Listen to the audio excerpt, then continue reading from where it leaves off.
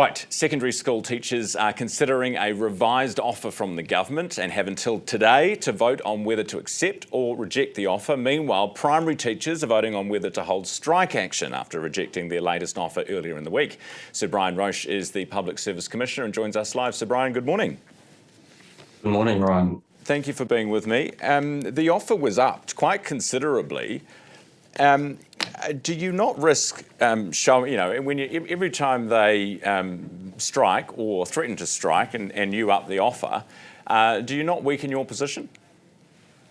I don't think so. We're not responding to the threat of strikes. What we're responding to is to get a fair and reasonable outcome for all parties and to avoid disruption to the children, the parents and the teachers. I think that offer is extremely fair and reflects, really tough fiscal conditions.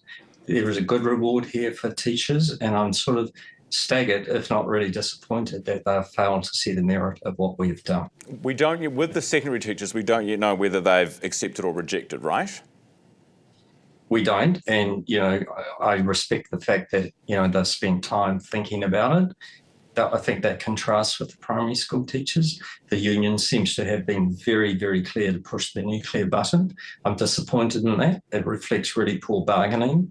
We agreed at the beginning that this was going to be a difficult round, that we would do everything we could to be as efficient as possible to provide the certainty that all parties wanted, and we have done that. We've done it quicker than ever before, and I expected them to respond to that in a similar way. But they're not getting inflation.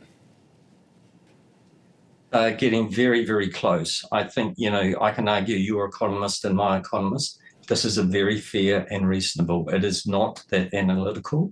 There is very good reward here for individual teachers. There has been an extremely significant investment in education, $2.5 billion. That is in response to what teachers said they wanted. That has been delivered.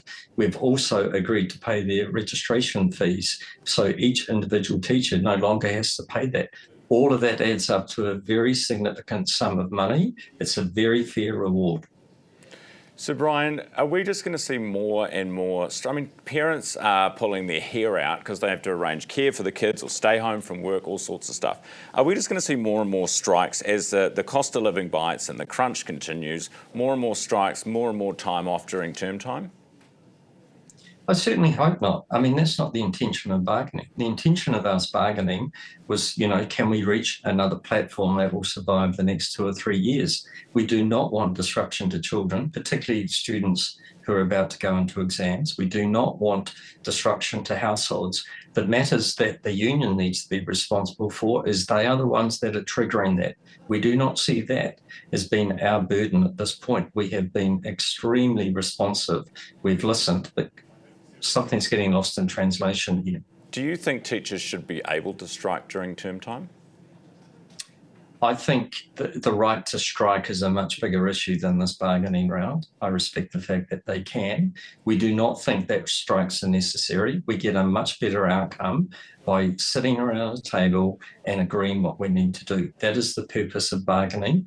The fact that they have instituted strikes very early on gives me real concern, because I just do not think it is a fair and reasonable approach to the situation that this country needs to address. Does the Commission think, or would the Commission like law changes to stop that from happening in future?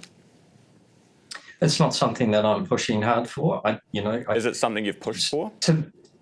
Not really. I just think strikes are sort of the nuclear option. They don't actually achieve anything, because if you're not talking to one another, you're not going to reach a resolution. We remain really committed to getting a sensible outcome to this that reflects the interests of all parties. I feel really strongly that's what we have done. That's what we've tabled. Fair enough. Just to clarify, you said not really. Have you discussed with ministers the option of preventing strikes during term time? I have not had that discussion. There may have been discussions. That's not something I'm privy to. The role of the unions are really important. We respect the role of the union, but we are looking for a counterparty who can bring solutions to the table. Going on strike does not address the issue.